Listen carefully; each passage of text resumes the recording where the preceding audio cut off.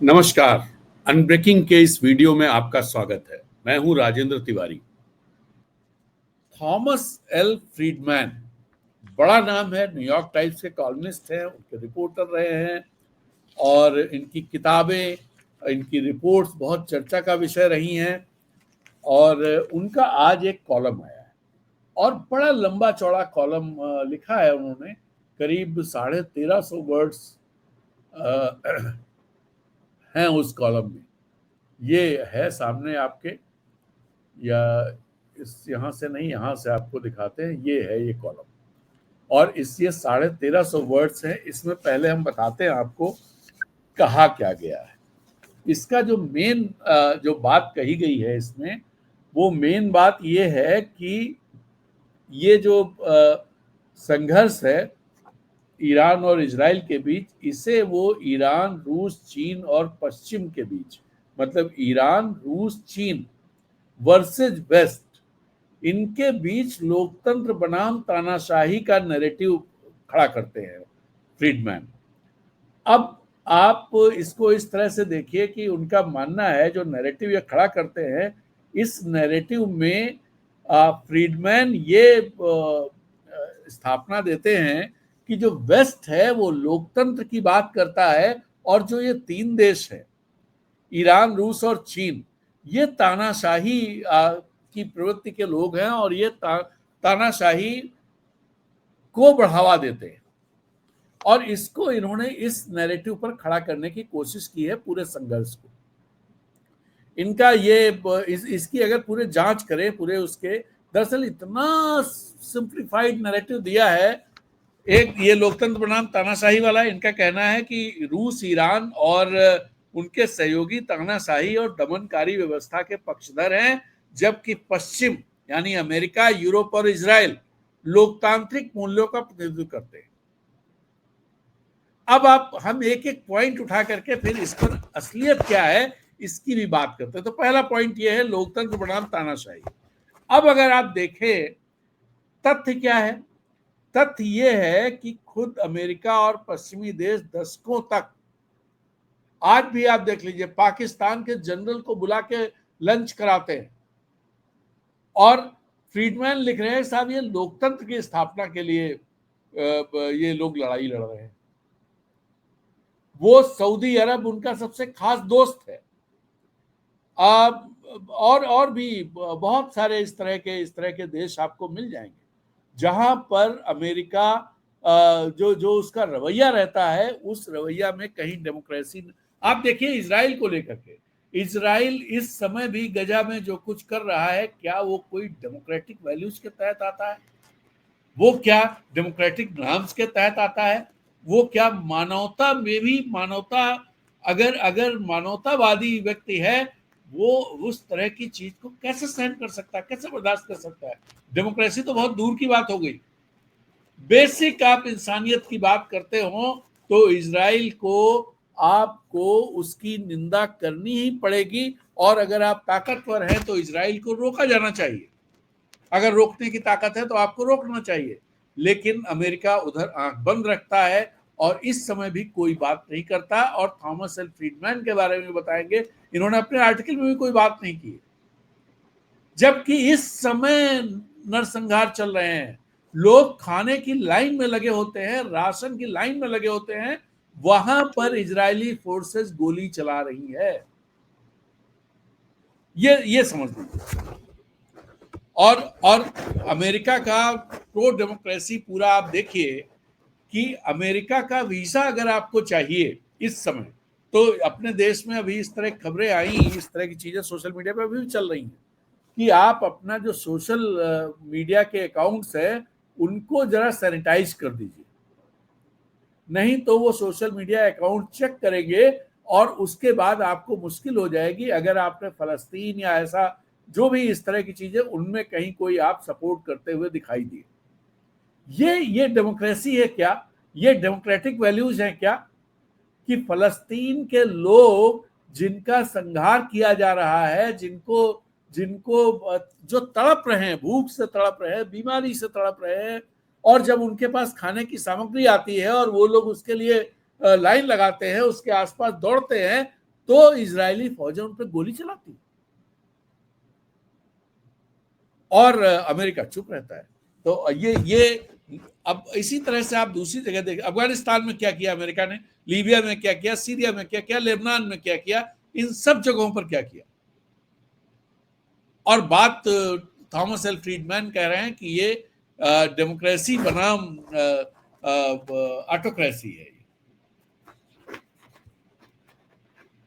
तो ये जो नैरेटिव इनका है, ये पहला पॉइंट ये कि ये जो नैरेटिव, ये बिल्कुल जो कॉम्प्लेक्स जियोपॉलिटिकल जो रियलिटीज हैं उनको छुपाने का काम करता है। जो चेंजेस चल रहे हैं उनको दबा रहा है।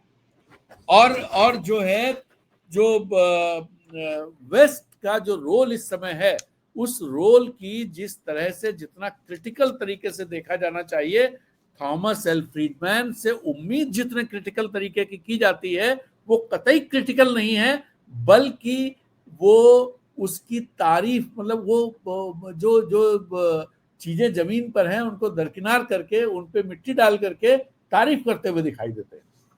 फिर दूसरा पॉइंट, उन्होंने अपने पूरे इस कॉलम में ईरान को एक विलन के तौर पर रखा है कि ईरान एक विलन है। और फ्रीडमैन इस कॉलम में ये कहते हैं कि ईरान क्षेत्र में अस्थिरता फैलाने वाला, आतंकवाद का समर्थक और पश्चिम के खिलाफ है। पश्चिम के खिलाफ होना कोई जुर्म नहीं है। पहली बात, वो अपना मिडिल ईस्ट में बैठा हुआ है, वेस्ट एशिया में है, और वेस्ट एशिया में वो पश्चिम के खिलाफ है या प्रो पश्चिम है, इससे किसी को क्या फर्क पड़ना चाहिए।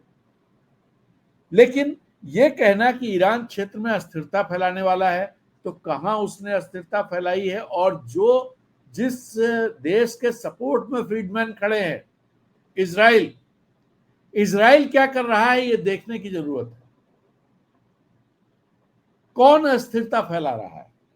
और आतंकवाद का समर्थक, आतंकवाद दरअसल जब अमेरिका उन्हीं चीजों को करता है तब वो आतंकवाद नहीं होता है।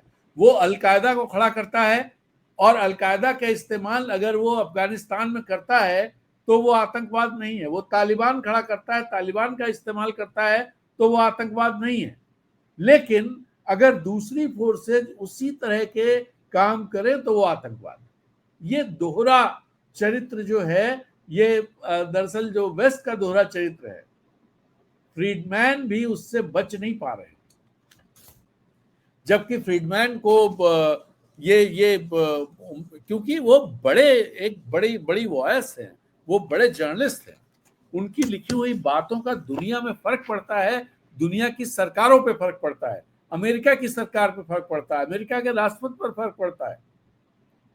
तो इसलिए इस कद के कॉलमनिस्ट को जब कोई चीजें लिखनी चाहिए, भाई या तो ठीक है आप प्रोपेगेंडिस्ट हो सकते हैं, लेकिन थॉमस एल फ्रीडमैन को प्रोपेगेंडिस्ट के तौर पर कम से कम मैं नहीं मानता था।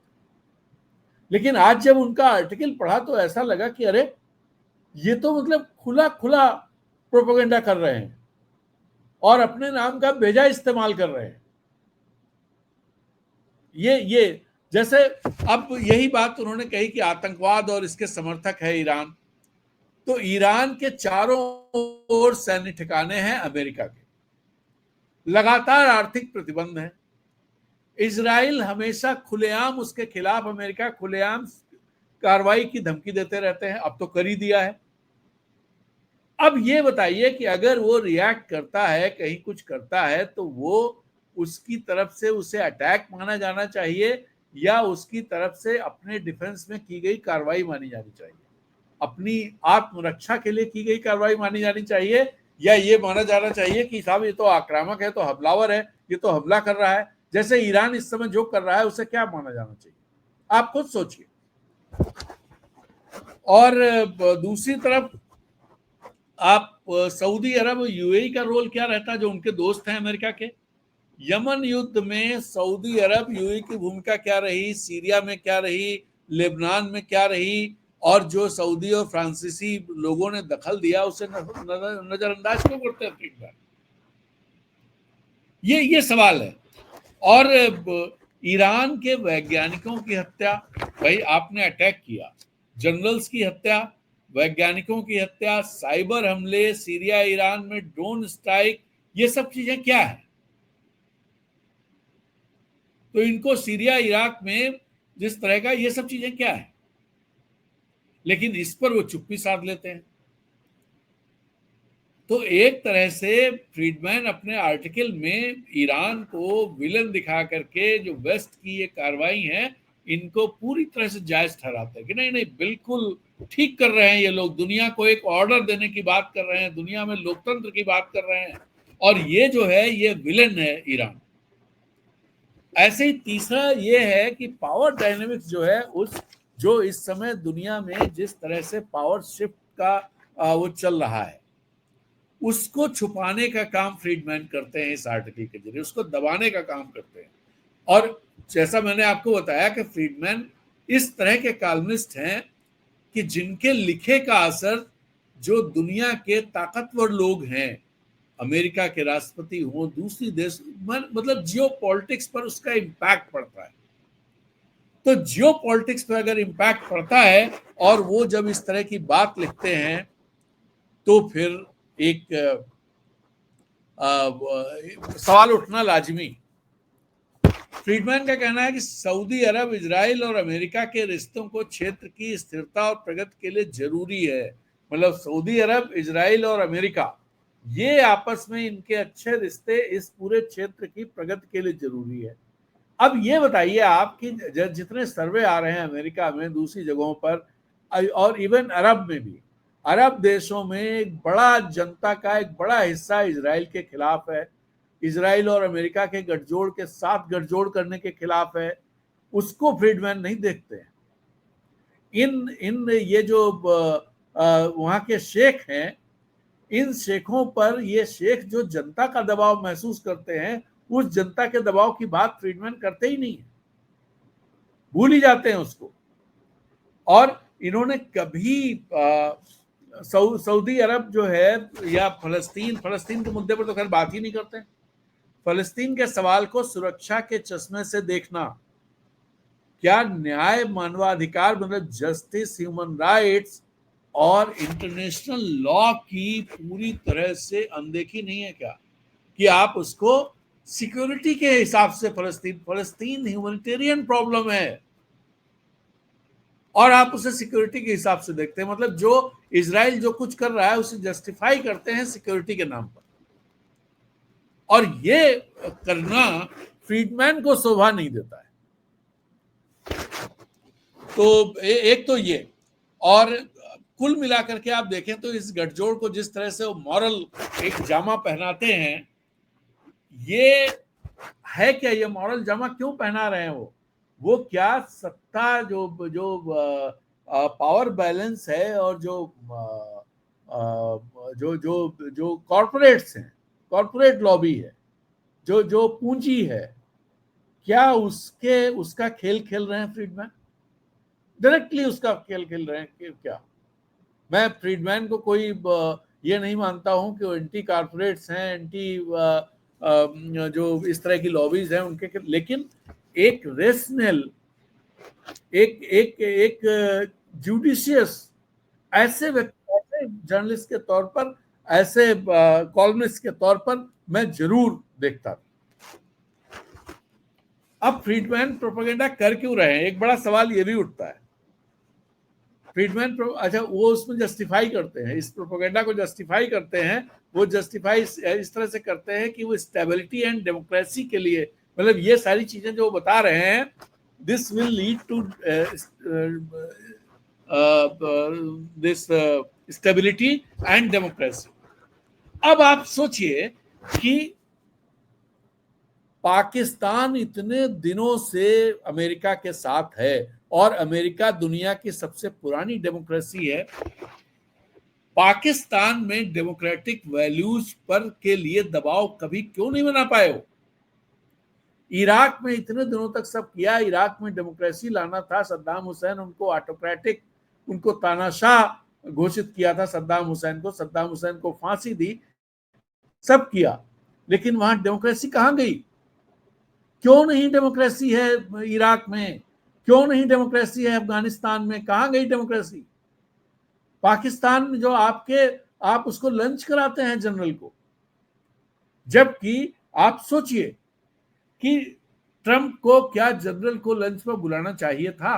क्या जनरल को अपने बराबर एक हेड ऑफ स्टेट का दर्जा, हेड ऑफ गवर्नमेंट का दर्जा दिया जाना चाहिए था, जबकि वो ऑफिशियली उस, जैसे मुशर्रफ जब उन्होंने खुद head of state and head of government थे, वो हेड ऑफ गवर्नमेंट थे, तो उस समय बात समझ में आती। लेकिन ये जनरल तो हेड ऑफ गवर्नमेंट नहीं है, यहां एक सो कॉल्ड, जैसे भी हो, इलेक्टेड गवर्नमेंट है, इलेक्टेड प्राइम मिनिस्टर है। उसके रहते हुए अगर अमेरिका का राष्ट्रपति जनरल को लंच पर बुलाता है, क्या इसे डेमोक्रेटिक वैल्यूज में और डेमोक्रेसी में भरोसा कहा जाएगा, विश्वास कहा जाएगा? तो ये बातें करना कि डेमोक्रेसी अमेरिका लाना चाहता है और डेमोक्रेटिक जो तौर तरीके हैं और डेमोक्रेसी है, लोगों का जो राय है, लोगों में मतलब उनका भरोसा इन सब चीजों में है, ये कहना सिर्फ बकवास है, इसके अलावा कुछ नहीं है। और अगर ये कहा जाता है और इतने बड़े कॉलमिस्ट के द्वारा कहा जाता है, तो इसके अर्थ तो निकाले ही जाएंगे। ये पूरी तरह से जो मल्टीपोलर दुनिया है उसकी बात जिक्र कहीं नहीं करते हैं। वो simple America versus Iran, Russia and China. भैया ब्राजील भी है, इंडिया भी है, साउथ अफ्रीका भी है, और भी कई देश हैं, इंडोनेशिया भी है। सारे जो है वो एक अलग तरह की दुनिया इस समय इवॉल्व हो रही है, दुनिया शेप ले रही है। और ऐसा नहीं है कि फ्रीडमैन उसको देख नहीं रहे हैं, फ्रीडमैन उसको समझते ना हो, फ्रीडमैन उसको रियलाइज ना करते हो, फ्रीडमैन हर चीज को समझते होंगे। वो हमारे समय के शार्पेस्ट माइंड्स में से माने जाते हैं एंड ये काम कर रहे हैं। और एक और खास बात, मतलब जो बहुत ही सिंप्लीफाइड नैरेटिव एक दे दिया है कि साहब ये लड़ाई जो है लोकतंत्र बनाम तानाशाही की है। अब ये कर क्या, ये इतना सिंप्लीफाइड नैरेटिव दे देने का मतलब क्या हुआ? सर, जो बड़ी जो फोर्सेज, हिस्टोरिकल फोर्सेज जो इस समय एक्टिव हैं, जो शेप ले रही हैं, जो चीजें हो रही हैं, उनको कहीं ना कहीं उनको धीमा करने, उनको इस तरह का काम फ्रीडमैन का कॉलम के जरिए और ये जो पश्चिमी हस्तक्षेप जो डायरेक्ट दिखाई दे रहा है, पश्चिम परेशान दिखाई दे रहा है इन जो पावर शिफ्ट हो रहा है इसकी वजह से, ये जो पश्चिम की परेशानी है, इस परेशानी को छिपाने दबाने का काम फ्रीडमैन का ये कॉलम इस बार कर रहा है। और इसको मैं इसलिए भी कहूंगा, अगर आप देखें तो इराक का जो इन्वेजन था उसमें फ्रीडमैन ने क्या कहा था और क्या चीजें हुई, क्या फैक्ट्स थे और फ्रीडमैन ने क्या कहा था, अब चीजें हमारे सामने क्या है, वहां से अगर आप देखें तो फ्रीडमैन पर और भी बड़े सवाल खड़े हो जाते हैं। इन्होंने 5 जनवरी 2003 को इन्होंने न्यूयॉर्क टाइम्स में लिखा, The right reason for this year is for the United States to partner with the Iraqi people to bring about a progressive regime change that would help transform the Arab world. हुआ क्या? NYT में लिखा था right war for the right regions, ये उसका headline था, right war for the right regions, और ये बात लिखी। लेकिन क्या ऐसा हुआ? दूसरा, 26 फरवरी 2003 को उन्होंने एनवाईटी में अपना लिखा द मॉर्निंग आफ्टर, इस हेडिंग से शुरू लिखा, जिसमें उन्होंने लिखा, कोट में दे रहा हूं, we need to go into Iraq with our eyes wide open with a plan for the morning after and with as much international support as possible. Friedman repeatedly warned that the US needed a solid plan for post-war Iraq. He stressed the importance of international legitimacy and nation building. लेकिन कोई चीज ऐसी नहीं। फिर आप आइए, 30 नवंबर को लिखा इन्होंने द चैंट नॉट हर्ड, इस हेडलाइन से, what we are going to find out is whether the next 6 months will be the most important 6 months in Iraq since the war.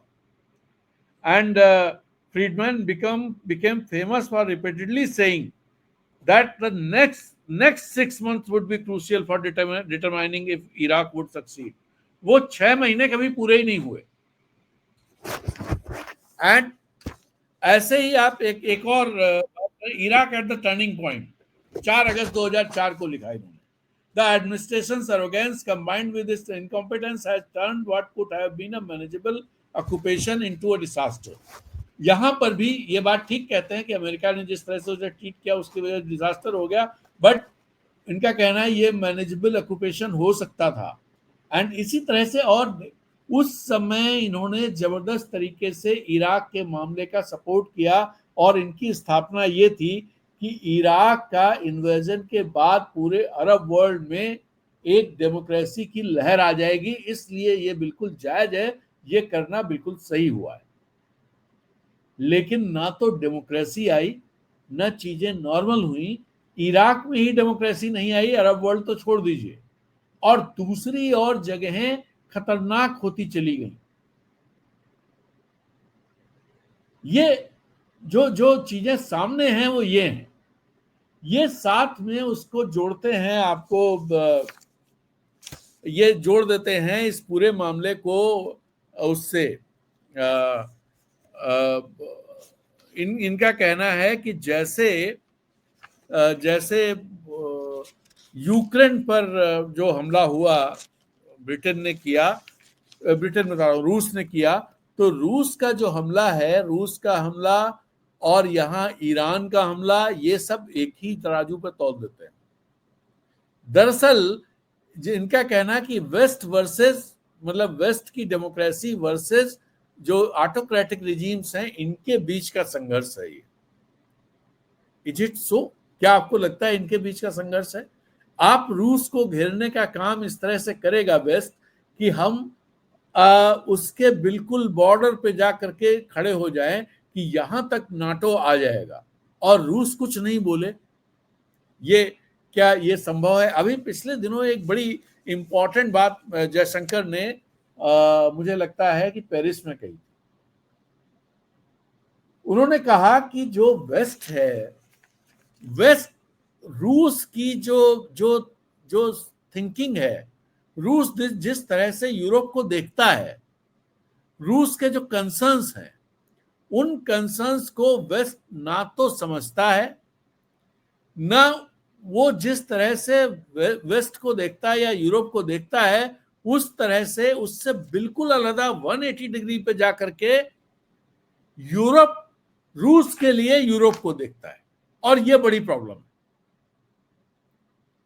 तो ये जो बात है, मैं इस बात से जयशंकर की सहमत हूं कि, और वेस्ट दरअसल किसी भी चीज, जैसे ये भी जो बात कह रहे हैं डेमोक्रेसी और दुनिया भर की बात कर रहे हैं, इन्होंने एक किताब लिखी थी और वो किताब, उसका नाम था, मैं आपको उस किताब के बारे में, हाँ, इस किताब का नाम था फ्रॉम बेरूत टू यरूशलेम. और इसमें जो इन्होंने लेबनान और पूरे इलाके में घूम घूम कर न्यूयॉर्क टाइम्स के लिए रिपोर्टिंग की थी, उसके अनुभवों, उन एनेक्डोट्स के आधार पर एक किताब थी. और इस किताब में जो बातें उन्होंने कही हैं, जो उनकी समझदारी दिखाई देती है, वो आज के कॉलम में वो समझदारी बिल्कुल ऐसा लगता है जैसे इवेपोरेट हो गई हो, है ही नहीं कहीं. इनको उस समय ये अपनी इनकी किताब में जो बात एक्चुअली जो चीजें निकल के आती हैं, उसको पढ़ने के बाद वो खास चीजें के निकल के आती कि मध्य पूर्व बहुत जटिल है और बहुत ही विविधता भरा है, इसको समझने की जरूरत है. इनका कहना है इस किताब में जो चीज निकल के आती वो ये कि पश्चिम के नजरिए से मध्य पूर्व को समझ पाना, मिडिल ईस्ट को समझ पाना और यहाँ की डाइवर्सिटी को समझ पाना आसान नहीं है. मध्य पूर्व की राजनीति, समाज और संघर्षों को सतही नजरिए से नहीं समझा जा सकता है. ये बात उसमें, इसके अलावा एक और बड़ी इंपॉर्टेंट बात कहते हैं ये, इनका कहना है कि मिडिल ईस्ट के जो स्ट्रगल्स हैं, उनकी जो जड़ें हैं वो आइडेंटिटी, रिलीजन और नेशनलिज्म से गहराई से जुड़ी हैं. इजराइल फलस्तीन संघर्ष और लेबनान का सिविल वार में ये तत्व निर्णायक भूमिका निभाते हैं। लेकिन आज जब वो बात कर रहे हैं तो ये अपनी समझदारी उनकी इस समय नहीं दिखाई देती है। दूसरा इनका कहना है कि एक तो संवादहीनता, जो डायलॉग नहीं है, या और एक मिसट्रस्ट जबरदस्त तरीके का कायम है मिडिल ईस्ट और वेस्ट के बीच में। ये एक और बहुत सारी गलतफहमियां हैं। इन गलत ये बात वो उससे निकल के आती है उनकी किताब से। उन्होंने कहा कि इजराइल और अरब देशों के बीच के जो साइकोलॉजिकल, कल्चरल और हिस्टोरिकल जो जो खाइयां हैं, उन खाइयों को जब तक समझा नहीं जाएगा तब तक उनको भरा नहीं जा सकता, और अगर उन्हें भरा नहीं जाएगा तो फिर जो चीजें चल रही हैं इसी तरह से चीजें वेस्ट यहां आकर के जो इंटरवीन करेगा, उस इंटरवीन करने से चीजें अच्छी होने की जगह खराब होती चली जाएंगी, जो दिखाई दे रहा है। एंड इनका ये भी कहना है कि वेस्ट का जो इंटरवेंशन होता है यहाँ पर, जिस भी तरह से वो करते हैं, चाहे वो मिलिटरीली करें, चाहे वो इकोनॉमिक तौर पे करें, चाहे जैसे भी करें, वो इंटरवेंशन हमेशा जो है यहाँ की रीजनल जो इश्यूज हैं उनको और ज्यादा कॉम्प्लिकेट कर देते हैं। और ये हम सब लोग देख रहे हैं, और इन्होंने दरअसल ये पूरी किताब जो है वो इजराइल, मतलब लेबनान और इजराइल में जो उन्होंने रिपोर्टिंग करते हुए अपने समय मिडिल ईस्ट में बिताया है, उसके अनुभवों, उसके उन्हीं सबको उन्होंने कलमबद्ध किया है इसमें। तो ये एक जो शिफ्ट क्या कहें इसे, दरअसल जैसे हमारे यहाँ तो ग्रुप में सारी चीजें हो रही हैं भाई, पूरा का पूरा मीडिया, नोएडा का मीडिया जो है वो एक सुर में बात कर रहा है, बढ़िया। लेकिन अमेरिका में कम से कम अभी बचा, फिर भी चिंता की बात यह है कि थॉमस एल फ्रीडमैन जैसा इंटेलेक्चुअल अगर इस तरह की बात कर रहा है, प्रोपेगेंडा का काम कर रहा है वेस्टर्न मीडिया, वो क्या ट्रंप की जो पॉलिटिक्स है, जो ट्रंप जिस तरह से उनकी जो पॉलिसीज हैं, क्या फ्रीडमैन इन पॉलिसीज को सपोर्ट करते हैं? दरअसल मागा को सपोर्ट करना या इस तरह किसी चीज को सपोर्ट करना, ये डेमोक्रेसी, ये वो लोग नहीं कर सकते हैं जो डेमोक्रेसी में भरोसा रखते हैं। मागा जिस तरह से है, ये एक बड़ी इंपॉर्टेंट बात है। और इसलिए मुझे लगा कि ऐसे मौके पर जब दुनिया एक बड़े उथल पुथल के दौर से गुजर रही है और मिडिल ईस्ट जो एक बड़े विस्फोट तो हो ही गया, आप ये कहें, एक मतलब ऐसा भी हो सकता है अगर चीजें कंट्रोल नहीं हुई या चीजों कहीं कोई गड़बड़, तनिक सा गड़बड़ हो गया तो वर्ल्ड वार की तरफ भी चीजें जा सकती हैं। ऐसे खतरनाक मोड़ पर जब खड़ी है दुनिया, तब वो इस तरह की स्थापनाएं दे रहे हैं। तो इसलिए मुझे लगा इस पर बात की जानी चाहिए। पता नहीं कोई बात करेगा नहीं करेगा, बट मुझे लगा कि ये जिम्मेदारी बनती है कि इस पर लोगों के सामने एक्सपोज करना चाहिए कि फ्रीडमैन क्या कर रहे हैं, क्या उनसे ये एक्सपेक्ट किया जाता है। तो चलिए, इस वीडियो में इतनी ही बात। नमस्कार, जय हिंद।